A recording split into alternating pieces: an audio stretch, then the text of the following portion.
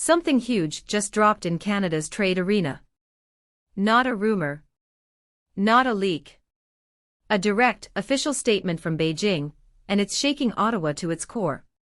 China's ambassador to Canada has just said it out loud: Beijing is ready to remove all tariffs on Canadian canola.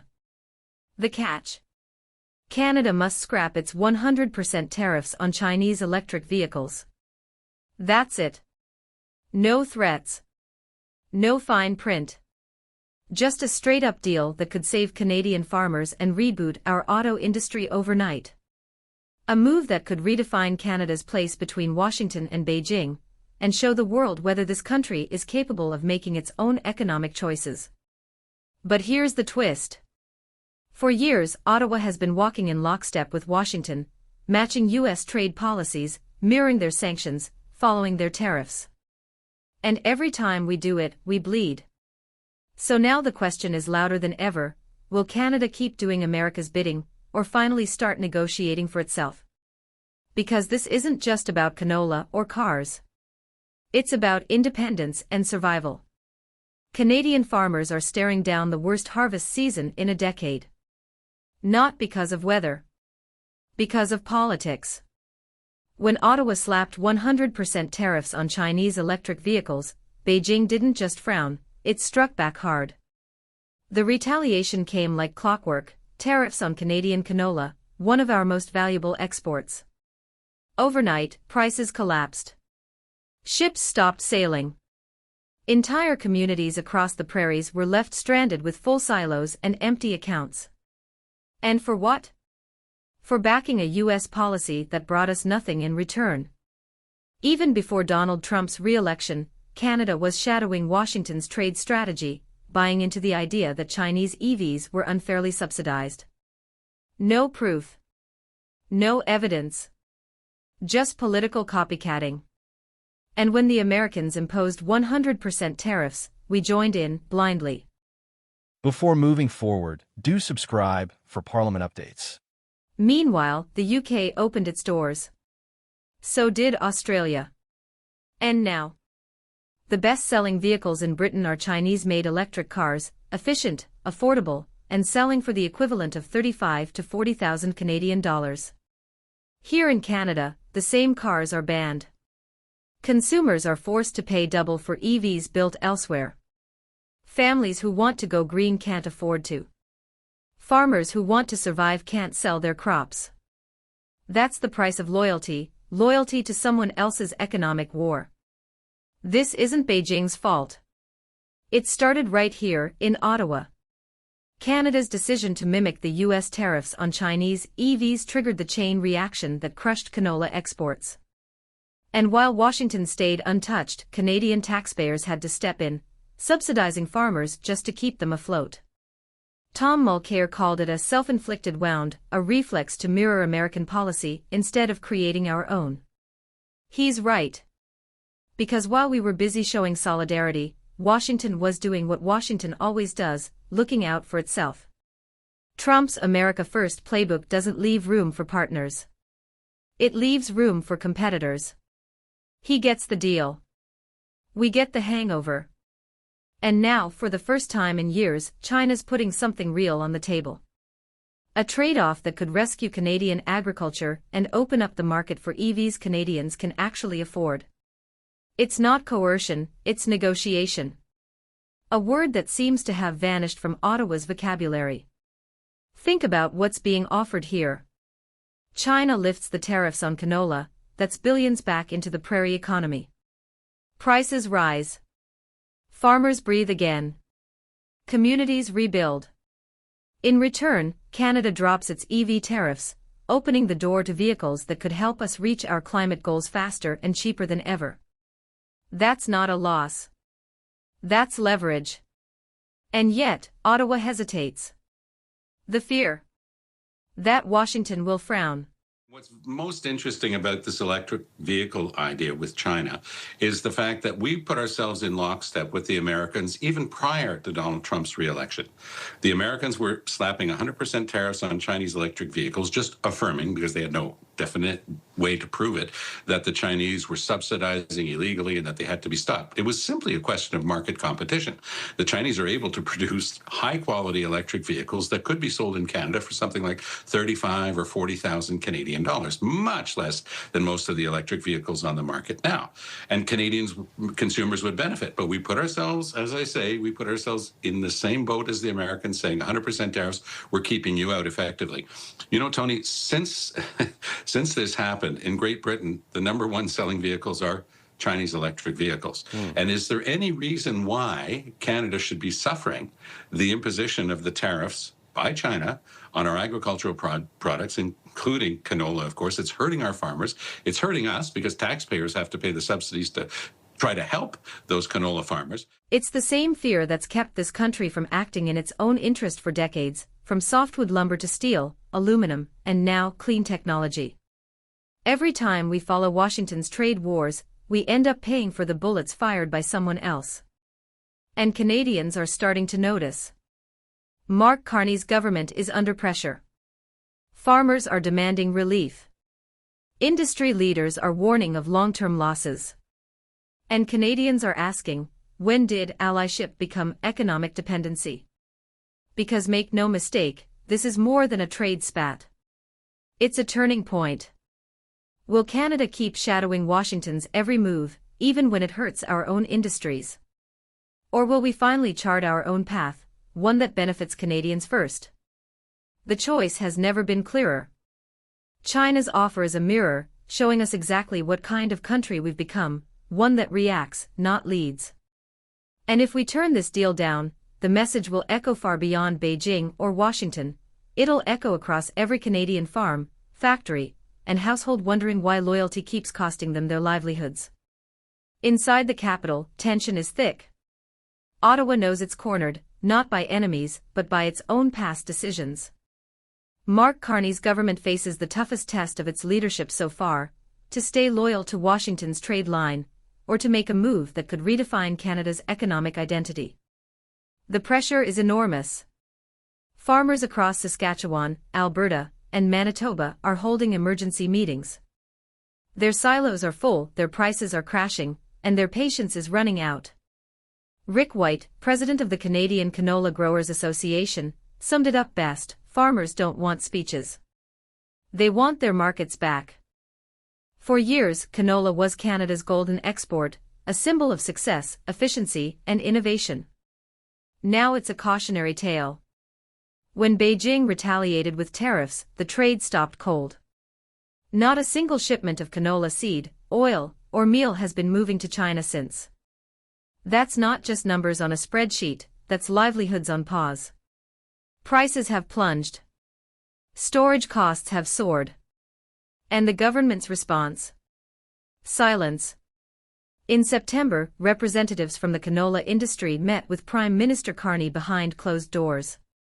They made it clear the tariffs that triggered this crisis came from Ottawa's decision to copy the U.S., not to protect Canadian interests. Everyone in that room knew it. Everyone walked out frustrated.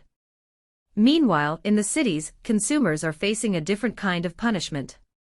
Walk into any EV showroom in Toronto, Vancouver, or Montreal, and you'll see the impact of Ottawa's decision. Electric vehicles that should be affordable, $35,000, maybe $40,000, are selling for nearly double that. Why? Because the Chinese alternatives are banned. In Europe, families are buying advanced, reliable Chinese EVs at half the cost. In Canada, they're told to wait for subsidies. The result? Slower adoption of clean tech, delayed climate targets, and consumers losing faith in a green transition they can't afford to participate in.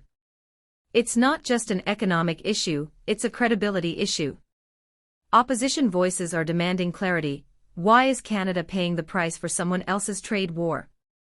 Why are we following a strategy that punishes our farmers, our consumers, and our industries? Because the truth is uncomfortable, Canada has been operating without a truly independent trade strategy. Every major decision in recent years has been filtered through Washington's lens, not Ottawa's logic. What did we get in return from the Americans for putting ourselves in lockstep with them, for backing them up on their 100% tariffs on Chinese electric vehicles, we got slapped with our own tariffs. That's how Donald Trump plays the game. The Americans get something, and then they hit you over the head with it. Forget about it. I think that Canada would be very wise to start negotiating what China is putting on the table now. We keep talking about the fact that we've got to have new trading routes, new trading partners after what's happened with the Americans. We had the greatest trading relationship in the world, so of course, Donald Trump decided to break it. Fine. Let's deal with that reality, and let's build other relationships, including with China. I think that that would be the wisest move the Canadian government could do right now. Steel, lumber, aluminum, and now, EVs. The pattern repeats, the US takes action, Canada follows suit. Then, when retaliation comes, we absorb the hit alone. But this time is different. This time, Canada actually has leverage. China needs canola. Canada needs EVs. Both sides have something the other wants, and that's the foundation of fair trade. What Beijing is offering is not a trap, it's a test. It's a chance to prove whether Canada can negotiate like an equal power or continue as a loyal follower. Imagine the alternative future. Instead of blocking Chinese EVs, Canada opens the door, not just for imports but for investment. Let those EV manufacturers build plants in Ontario, Quebec, and Alberta. Let them use Canadian lithium, aluminum, and rare minerals, the resources that the global green economy runs on. Let Canadian workers build the vehicles of the future here at home. That's not surrender. That's strategy. It's what Japan did decades ago with American car companies. It's what Germany did with international manufacturing partnerships. Now it could be Canada's turn to turn foreign investment into domestic power. Because tariffs might protect industries for a moment, but partnerships build them for generations. And right now, Ottawa has the chance to choose the latter. Critics say lifting tariffs on Chinese EVs would mean selling out. But think about it, who are we selling out to? The same Washington that keeps hitting us with steel and aluminum tariffs every few years. The same administration that uses Buy American policies that lock Canadian firms out of billion-dollar contracts. Loyalty should never mean economic suicide. China's proposal to remove canola tariffs if we drop our EV ban could be the off-ramp Canada's been waiting for. A way to end this endless cycle of retaliation and finally start negotiating like a sovereign nation again. This deal could save farms and jumpstart factories. It could feed our people and power our future. But instead of acting, Ottawa debates. Committees talk. Ministers delay. And every day of hesitation costs farmers millions and families opportunities.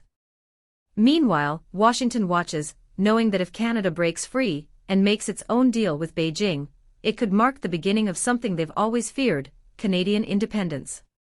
Because make no mistake, this is not just a trade debate. It's a defining moment. The decision Ottawa makes now will shape how the world sees Canada for decades. Are we a middle power that bends under pressure? Or a nation that charts its own path in a multipolar world? We can choose to stay tied to Washington's every tariff and tantrum, or we can start building a strategy that puts Canadian farmers, consumers, and workers first. China's ambassador said it clearly, lift the EV tariffs, and we'll lift the canola ban. It's a lifeline, not just for trade but for trust. Because every time we let someone else dictate our trade rules, we lose a little more control over our destiny. And this time, we have a chance to take it back. Canada has the resources, the talent, and the credibility to lead in the next global wave: clean energy, electric transport, sustainable agriculture. What we lack is the courage to act without waiting for permission. America, I have a message Removing for the you. tariffs isn't weakness. It's wisdom. It's saying we'll compete, allow not comply. Borders It's are saying we'll Harris. fight for our farmers, for our industries, win this for our election, independence. Because the truth is Every simple, city, Washington won't every save community Canadian in jobs. this great country Beijing won't is going hand us to go to hell. opportunities. Canada must build the them. untold And millions maybe, of just people maybe, this is where it starts, unvetted with one who bold she has decision allowed that says to into the this world, country Canada is done that are being a committing pawn in other murders, people's rapes, games. robberies. We play our own now. Should Canada take the deal or stay tied to Washington's rules? Tell us in the comments below. And subscribe for more deep dives into the stories shaping Canada's future. The world is watching. And for once, Canada stands at the crossroads alone, no allies to hide behind, no excuses left to make. On one side lies comfort, staying in Washington's shadow, repeating the same mistakes, protecting the same failing trade patterns. On the other, a leap, a chance to reclaim what we've lost, our markets, our industries, our independence. It's not about siding with China. It's about siding with ourselves. Because every great nation eventually learns that loyalty means nothing without sovereignty. Farmers don't have time for politics. Families don't have patience for excuses. And the next generation won't forgive another decade of hesitation. So, will Canada take the deal, or keep waiting for permission? The choice isn't just about tariffs anymore. It's about identity. And history will remember what we choose next. This is Canada Today, and the story of our future has just begun. Canada debates.